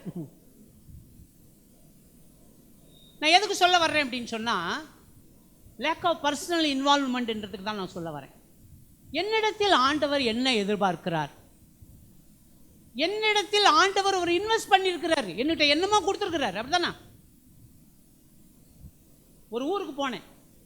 எனக்கு வந்து நான் தீர்க்கதரிசின்னு சொல்கிறது கிடையாது, தீர்க்கதரிசியை நான் அப்படியெல்லாம் பேசவே மாட்டேன். ஒரு ஊருக்குள்ள நுழைஞ்சேன். ஒரு ஆள் ஒரு பட்டை போட்டவன் டக்குன்னு வந்து கையை பிடிச்சிட்டான். ஒரு பாஸ்டர் என்னை அழைச்சிட்டு போகிறாரு. அவர் என்ன பண்ணிட்டாருன்னா சின்னூண்டு பைபிள் வச்சுருந்தார் கையில், டபக்குன்னு பாக்கெட்டில் போட்டார். இப்போ நானும் பெரிய பைபிள் வச்சுருக்கிறேன், அவன் கையை பிடிச்சிட்டு இருக்கான். யாரா அப்படின்றான்.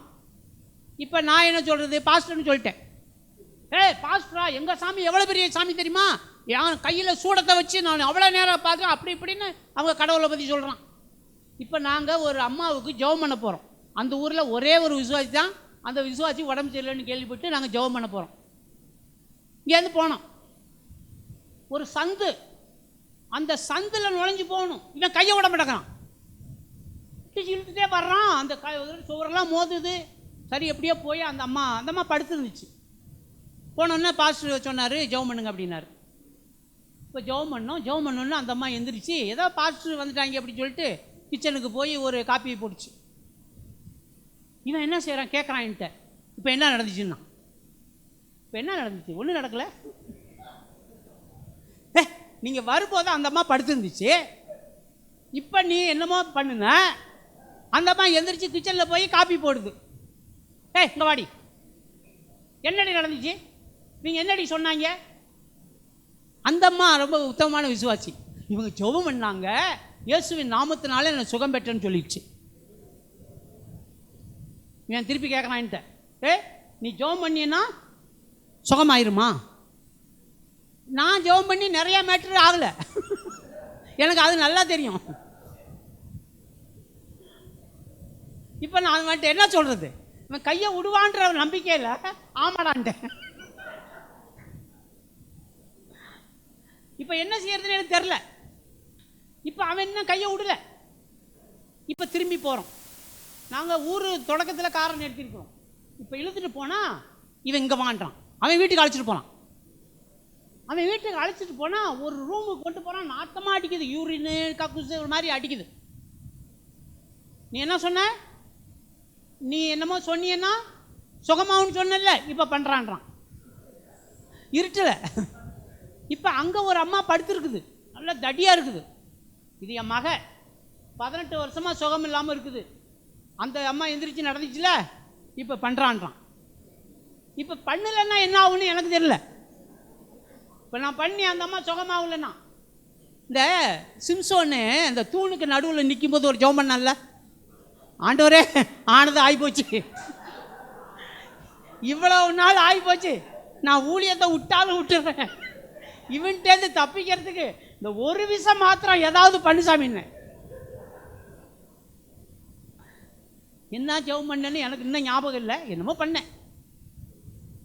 இந்த படுத்திருந்த பொம்பளை எந்திரிச்சு உக்காந்துச்சு, கத்துறான், ஐயோ ஐயோ ஐயோன்றான். என்னடா ஐயோன்னு தெருவில் இருக்கவெல்லாம் கூடி வந்துட்டான். இவன் மனைவி அழுகுறான், அவளுடைய மனைவி. கிட்டத்தட்ட 15-16 வருஷமாக அப்படியே பெட்டிலே கடந்துச்சான். எந்திரிச்சு உட்கார முடியாமல் ஜெபம் பண்ணோடனே எந்திரிச்சிருச்சு. அப்போ தான் கையை விட்டான். கையை விட்டவன் கொஞ்ச நேரத்தில் என்ன நினச்ச இடத்துல மறுபடியும் கையை பிடிச்சிட்டான். கையை பிடிச்சி என்னை இழுத்துட்டு போகிறான். அந்த தெரு முனையில் ஒரு கோயில் இருந்துச்சு. அந்த கோயிலில் என்னை நிற்க வச்சு, வாங்கடா எல்லாரும், இங்கே இருக்கிறது கல்லுடா, ஒன்றுமே இல்லைடா. இந்த ஆளுக்கு சொன்ன ஜபத்தில் என் பிள்ளை 15-16 வருஷமாக படுத்து கிடந்தது எந்திரிச்சிருச்சுடா. இந்த தாட்டா ஐயா நீங்கள் பேசுங்கன்றான். இப்போ தான் நெஞ்சடப்புலேருந்து வெளியே வந்திருக்கிறேன். இப்போ பிரசங்கம் பண்ணுன்றான். என்ன பண்ணுறது? ஆனால் உட்காந்துருந்தவங்களுக்கு என்னமோ சொன்னேன். அந்த நேரத்தில் ஒரு வார்த்தை சொன்னான் பாருங்க. ஒரு பொம்பளை எண்ணெய் கொண்டுட்டு அந்த கோயிலுக்கு போகுது, எண்ணெயை கொண்டுட்டு. இவன் அந்த பொம்பளையை பார்த்துட்டு சொன்னா, இங்கே வாடி, அங்கே ஒன்றுமே இல்லடி, வெறும் கல்லு தாண்டி, இந்த ஆள் பேசுகிறதாண்டி கடவுள்.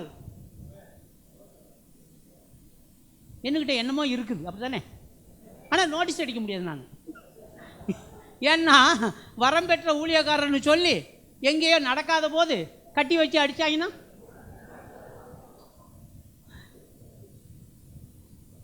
என்னிடத்துல என்னமோ இருக்குது, ஆண்டவர் அதை பயன்படுத்த விரும்புகிறார், அவர் அவருடைய சித்தப்படி பயன்படுத்தட்டும்.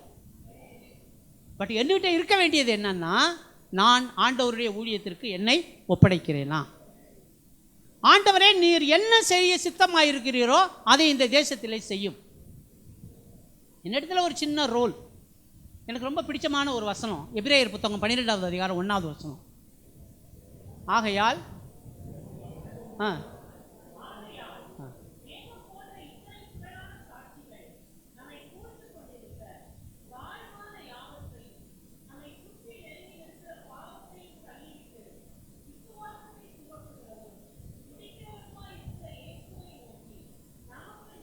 Very good. எனக்கு அந்த வார்த்தை ரொம்ப பிடிச்சமான வார்த்தை.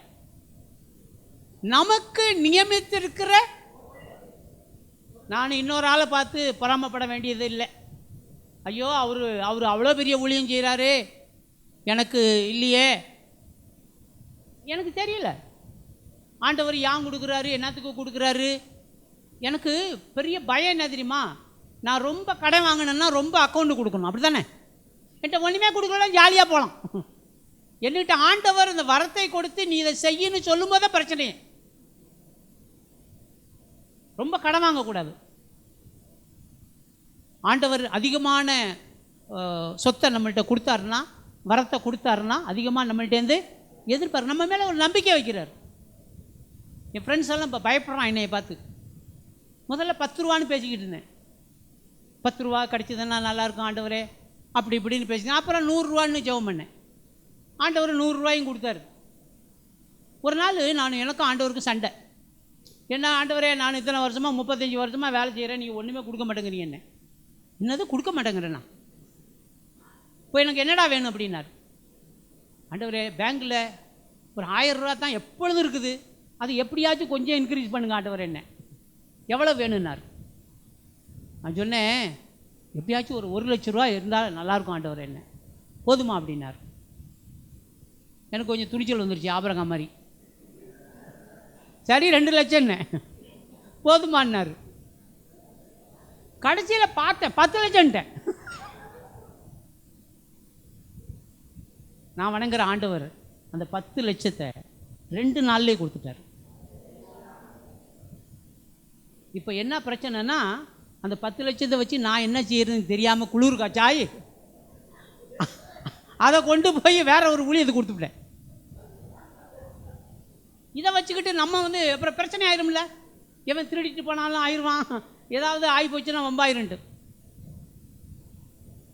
ஆண்டவர் உங்களிடத்தில் தனிப்பட்ட முறையில் ஒரு கணக்கு கேட்கிறார். What contribution you can make to the world. இந்த உலகத்திற்கு உங்களால் தனிப்பட்ட முறையில் என்ன காரியத்தை ஊழியத்திற்காக செய்ய முடியும். 3வது, லேக் ஆஃப் ஸ்ட்ராட்டஜின்னு சொல்கிறார் அவர். நாம் ஊழியம் செய்கிறதுல ஒரு ஒரு என்ன சொல்கிறது, ஒரு இது இல்லை. என்ன சொல்கிறது, ஸ்ட்ராட்டஜி எப்படின்னா என்ன சார், மெத்தட். ஓகே, அந்த ஊழிய முறை சரியில்லை. நீங்கள் இராணுவத்தை பார்த்தீங்கன்னா, இராணுவத்தில் ஏன் 3 விதமான படைகளை வச்சுருக்குறாங்க. ஒன்று வான் வழி தாக்குதல், அப்படி தானே? 2வது கப்பல் வழி தாக்குதல், 3வது தரை வழி தாக்குதல். இப்போ நீங்கள் ஆர்மிக்காரவங்கள்ட்ட போய் கேட்டிங்கன்னா, வாட் ஸ்ட்ராட்டஜி யூ ஹேவ். இப்போ நம்மளுக்கு சமீபத்தில் ஒரு சண்டை வந்துச்சுல பாகிஸ்தானுக்கு நமக்கும். முதல்ல வான்வழிக்காரங்க போய் பார்ப்பாங்க, என்னென்ன ஏரியாவில் என்னென்ன இருக்குது, எங்கெங்கன கொண்டு போடலாம், என்னென்ன பண்ணலாம், அவங்க ஒரு ஸ்கெட்ச் போடுவாங்க. 2வது தரைப்படை, அந்த விமானப்படை போகும். விமானப்படை போய் எங்கெங்கன பாம்பு போடலாம், அதுக்கு பின்னாடி தான் தரைவழி இது கிளியர் பண்ணுறது தான் தரைப்படை. ஒவ்வொரு ஊழியத்துக்கும் ஒவ்வொரு மெத்தடாலஜி இருக்குது, அப்படி தானே? இயேசு கிறிஸ்து எத்தனை மெத்தடாலஜி பயன்படுத்தினார்னு சொல்லி பார்த்தா, அவர் ஒரு குருசேடு நடத்தினார், அப்படி தானே? குருசேடு நடத்தினாரா? ஆரம்பத்தில் ஒரு 5000 பேர் உட்கார வச்சு 3 நாள் பிரசங்கம் பண்ணார். அந்த 3 நாள் பிரசங்கத்தில் 5000 பேருக்கு சாப்பாடெல்லாம் கொடுத்தாருல்ல. எவனாச்சும் தேர்னானா? கடைசியில் என்ன ஆயிடுச்சுன்னா, எப்படா அடுத்த சாப்பாடு கிடைக்கும்ட்டான். நீங்கள் வேணுமென்னா ஒரு லாரி நிறைய பணத்தெல்லாம் எடுத்துக்கிட்டு பாஸ்டுகளுக்கெல்லாம் கொடுக்கலான்னு சொல்லி போங்க. ஒரு லாரி பத்தாது. என்ன பாஸ்டர், ஒரு 50 லாரி போனால் கூட பத்தாது. பணம் கொடுத்து நம்ம ஊழியம் செய்யலான்னா அது இந்த காலத்தில் தேரவே தேராது. பணம் ஊழியத்தில் கடைசி பகுதி. நீங்கள் பணத்தை முன்னாடி வச்சு செஞ்சதுனால தான் இவ்வளோ நாள் ஊழியத்தில் சில சில பிரச்சனைகள் நமக்கு வந்திருக்குது. இன்றைக்கு அரசாங்கம் ரொம்ப கண்ணுங்கருத்தமாக கிறிஸ்தவங்க பணத்தை பார்க்குது இல்லை. சிஎஸ்ஆர் ஃபண்டுன்னு ஒன்று இருக்குது ரிசர்வ் பேங்கில். எத்தனையோ கோடி கிறிஸ்தவங்களுக்கு வந்த பணத்தை எடுக்க முடியலையாம், கிடக்குது எத்தனையோ கோடி. தப்பி தவறி எஃப்சிஆர்ஏன்னு சொல்கிறாங்க, அதுக்கு வந்துச்சுனாலும் கண்ணில் விளக்கண்ணை போட்டு தேடுறான். இப்போ ஜிஎஸ்டி அதுக்கும் போட போகிறாங்க, எஃப்சிஆர்ஏவுக்கும் இப்போ ஜிஎஸ்டி போட போகிறாங்க. அமெரிக்காவில் ட்ரம்ப் என்ன பண்ணிட்டார் தெரியுமா? இன்னமும் நீங்கள் வெளிநாட்டுக்கு பணம் அனுப்புறீங்கன்னா 15% அமெரிக்கா கவர்மெண்ட்டுக்கு கட்டணும், 15%. இது ஒரு தகராறு ஆக போகுது. சரி, அது போச்சுன்னா நம்ம என்ன செய்யணும்? ஒரு இந்திய ஊழியக்காரர் சொல்கிறாரு, பணம் எங்கே இருக்குது தெரியுமா? இங்கே இருக்குது, மணி இஸ் ஆன் த பியூ அப்படின்றாரு. வரிசையில் உட்காந்துருக்குது. நான் இந்த கமிட்டியில் உட்காந்துருக்கும்போது ஸ்டூடெண்ட்டுக்கு எவ்வளோ ஃபீஸ் ஃபிக்ஸ் பண்ணலான்னு சொல்லி போன ஒரு 2-3 வருஷத்துக்கு முன்னாடி பேசினேன். பிஹெச்டிக்கு எவ்வளோ ஃபிக்ஸ் பண்ணலான்னு சொன்னேன். அவர் கேட்டாங்க, கமிட்டியில் பேசுகிறோம் நாங்கள். நான் சொன்னேன் 75,000 ஃபிக்ஸ் பண்ணலாம். ஐயோ 75,000மா? பிஹெச்டிக்கு 75,000 யார் சார் தருவான்னாங்க. நீங்கள் வாங்க நான் காமிக்கிறேன். அந்த பிஹெச்டி படிக்கிற 30 பேரும் 1 லட்சம் கொடுத்துட்டாங்க. ஒரு அம்மா இருக்குது, கும்பகோணத்துலேருந்து வரும். அந்த அம்மாவை இப்படி லேசாக பார்த்தீங்கன்னா போதும், ஃபஸ்ட்டு ஃபீஸா இந்தாங்க வச்சுக்கோங்க. நான் நினைக்கிறேன் அந்த அம்மா ஒரு நாள் கூட ஃபீஸ் எவ்வளோ கட்டுறேன்னு கேட்கக்கூடாது. கேட்டுச்சுன்னு வச்சுக்கோங்க, நிறைய கணக்கு வந்துடும். ஆந்திராவில் ஃபீஸே வாங்க முடியாதுன்னாங்க. அங்கேயும் போய் ஃபீஸ் வாங்கிட்டேன் நான். அங்கே உள்ளவங்களும் 75,000 கட்டுறாங்க. இந்த ஒரிசாவுக்கு போனேன். ஒரிசாவில் ஒரு 3 மாதம் கிளாஸ் நடத்திவிட்டு, என்னப்பா வந்துக்கிட்டே இருக்கிறீங்க, ஃபீஸ் எங்கடான்னு ஒருத்தன் சொல்கிறான் என்கிட்ட. ஃபீஸா என்னது அப்படின்றான். என்னடா நீங்கள் படிக்கிறீங்க, ஃபீஸு நாங்கள் கொடுத்ததே கிடையாதுங்கண்டான். ஃபீஸே கிடையாது அந்த ஊரில். நான் சொன்னேன், ஃபீஸு கட்டாதவன் அடுத்த மாதம் கிளாஸ் கிடையாது, வராதிங்கடான்ட்டு. கட்டிட்டாங்க. ஸ்ட்ராட்டஜின்றது என்ன தெரியுமா? ஒவ்வொரு அணுகுமுறை. இதை நம்ம பண்ணி பார்க்குறோம், அதை பண்ணி பார்க்குறோம், அதை பண்ணி பார்க்குறோம். அதாவது எல்லா திட்டமும் வெற்றி அடையும்னு சொல்ல முடியாது, எல்லா திட்டமும். ஆனால் வெற்றி அடையக்கூடிய திட்டத்தை ஆண்டவர் வைத்திருக்கிறார், இல்லையா? இயேசு கிறிஸ்துடைய ஊழியம் ஒரு வெற்றியுள்ள ஊழியம். இயேசு கிறிஸ்து என்ன தெரியுமா செஞ்சார்? முதல் காரியம், அவர் எளிமையான மொழியில் பேசினார். He talked in parables. அப்படி தானே? சாதாரண மொழியில் பேசினார். இயேசு கிறிஸ்து பரலோகத்திலேருந்து வந்தார். பரலோகத்திலேருந்து வந்து நம்ம மொழியில் பேசுகிறாரு. நம்ம ஆளுங்க பரலோக மொழியில் பேசுகிறாங்க. இயேசு கிறிஸ்து இதை கேட்டால் என்ன நினைப்பார்? ஏப்பா, நான் பரலோகத்திலேருந்து வந்து உங்கள் ஊர் மொழியை பிள்ளை பேசினேன், எளிமையான பாஷையில் பேசினேன். சரி, இயேசு கிறிஸ்து கான்சன்ட்ரேட்டட் மினிஸ்ட்ரின்னு சொல்கிறாங்க. அதை கான்சன்ட்ரேட்டட் மினிஸ்ட்ரினா என்ன தெரியுமா? ஒரு ஆள் மாட்டினாலும் அவனை விட மாட்டார், அப்படி தானே? சகையுன்னு ஒரு ஆள் மாட்டினார்ல, பிடிச்சிட்டார். அந்த விபச்சார ஸ்திரீ ஒரு, அதாவது நீங்கள் எல்லாமே இந்த டைம் ஃபேக்டர் தான். ஒரு ஆளுக்கு எவ்வளோ நேரத்தை அவர் செலவழிக்கிறார் பாருங்க. அதுக்கு பேரபிளே சொல்லிட்டார்ல, ஒரு ஆளுக்கு 100 ஆடு இருந்தால் ஒரு ஆடு காணா போச்சுன்னா 99 ஆட்டை விட்டுவிட்டு. இந்த ஸ்ட்ராட்டஜின்றது என்னன்னா, நம்ம இந்திய நாட்டில் உபத்திரவம் ஆதி திருச்சபையில் இருந்துச்சு, இப்பையும் இருக்குது. பரவாயில்ல. பணப்பிரச்சனை அப்பையும் இருந்துச்சு, இப்போ இருந்துச்சு, பரவாயில்ல. அப்பையும் 12 சீசரில் ஒருத்தன் இயேசு கிறிஸ்துவை காட்டி கொடுத்தான். இப்பையும் சபையில் காட்டி கொடுக்குறவங்க இருப்பாங்க. பாஸ்ட் வீட்டை கடைசியாக அரெஸ்ட் பண்ணும்போது காமிச்சு கொடுக்குறது யார் தெரியுமா? இந்துக்காரன் இல்லை, நம்ம சர்ச் மெம்பர் தான். நம்ம சர்ச் மெம்பரை அழகாக கொண்டு போய் பாஸ்ட் வீட்டுக்கு முன்னாடியே அவன் ஆளை நிறுத்திடுவான், பார்த்துட்டு போகிறான். இயேசு கிறிஸ்து போதித்த போதனைகளில் அவர் என்ன பேசணும்னு கூட நீ கவலைப்படாதுன்றார். அவர் பண்ணின ஸ்ட்ராட்டஜியில் நான் எனக்கு பிடிச்சமான ஸ்ட்ராட்டஜி என்ன தெரியுமா? Leadership development. தலைவர்களை உருவாக்கினார். இந்த 12 சீஷர்களில் எத்தனை பேரை திருப்பி திருப்பி படிக்கிறோம்? ஒரு 5-6 பேர் தான் படிக்கிறோம்ல. பேதுரு, யோவான், யாக்கோபு, அப்புறம் தோமாவை படிக்கிறோம், பிலிப்புவை படிக்கிறோம், அப்புறம் அந்திரேயுவை படிக்கிறோம். அங்கிட்ட ஒரு 5-6 பேர், அவ்வளோதான். மற்றவங்களும் எங்கே போனாங்கன்னு கூட தெரில. ஆனால் இயேசு கிறிஸ்துடைய நேரத்தை பற்றி படித்தவங்க சொல்கிறாங்க, 50% நேரத்தை 3 பேர்த்துக்கிட்ட தான் செலவழிச்சாராம். பேதுரு, யோவான், அந்த 3 பேர்த்துக்கிட்ட தான் செலவழிச்சாராம். இந்த 3 பேர் அவரை ஏமாத்தினாங்களா? பேதுரு படிக்காதவர், ஒரே பிரசங்கத்தில் அவர் அந்த அந்த அப்போஸ்தலர் நடவடிக்கைகள் 1ஆம் அதிகாரத்திலேருந்து 12 அதிகாரம் வரைக்கும் படித்து பார்த்தீங்கன்னா அவருடைய டாமினேஷன் தான் அதிகமாக இருக்கும். அதுக்கு அடுத்தாப்புல யாக்கோபு, உங்களுக்கு ஞாபகம் இருக்குதா? பெரிய கன்ஃபியூஷன் மினிஸ்ட்ரியில். புறஜாதியில் போய் பவுல் ஊழியம் செய்கிறாரு. அங்கே வேலை செய்யும்போது எருசலேமிலிருந்து வந்த யூதர்கள் போட்டு குழப்பிட்டாங்க. அப்படி தானே? பெரிய பிரச்சனை, சபைகளுக்குள்ள குழப்பம். அப்போ பர்னபாவும் பவுலும் எருசலேமுக்கு வந்து பேசுகிறாங்க. அப்போ பேதுரு பேசுகிறார். அந்த அந்த ஆள் பேர் என்ன? இந்த ஒரு ஆள் ஆர்மி மேன், அவர் வீட்டுக்கு போக மாட்டேன்பார். அப்புறம் கொர்நேலி வீட்டுக்கு கொர்நேலி கதையை சொல்கிறார். கொர்நேலி கதையை சொல்லிவிட்டு 4 காரியங்களுக்கு தான் இந்த மக்கள் சரியாக இருக்கணும், அவ்வளோதான். நான் எதுக்கு சொல்ல வர்றேன் அப்படின்னா, அவங்க ஃபாலோ பண்ண ஸ்ட்ராட்டஜி பார்த்தீங்களா? பவுல் ஒரு இடத்துல சொல்கிறார், 9வது அதிகாரம், 1 கொரிந்தியர் 9வது அதிகாரம் சொல்கிறாரு, நான் யூதனுக்கு யூதனாகவும் கிரேக்கனுக்கு கிரேக்கனாகவும் நியாயப்பிரமாணம் உள்ளவனுக்கு நியாயப்பிரமாணம் உள்ளவனை போலவும் அதில் சொல்லும்போது சொல்கிறாரு, எப்படியாகிலும் ஒரு சிலரை நான் ரட்சிப்புக்குள்ளே வழி நடத்துவதற்காக செய்ய போகிறேன். இந்த ஸ்ட்ராட்டஜியை நம்ம மாற்றணும். நம்ம இதுவரைக்கும் ஃபாலோ பண்ண ஸ்ட்ராட்டஜி ஒர்க் அவுட் ஆச்சா ஆகலையான்றது எனக்கு தெரியாது. ஒரு சிலருடைய வாழ்க்கையில் ஸ்ட்ராட்டஜி சக்ஸஸ்ஃபுல்லாக இருக்கும். அப்படி வெற்றி அடைந்ததுன்னா அதோட நம்ம போவோம். தோற்றுக்கிட்டே இருந்தோம்னா நம்ம ஸ்ட்ராட்டஜியை மாற்றிக்கிட்டே இருக்கணும். இந்திய நாடு மாதிரி ஒரு ஒரு ஒரு குழப்பமான நாடு.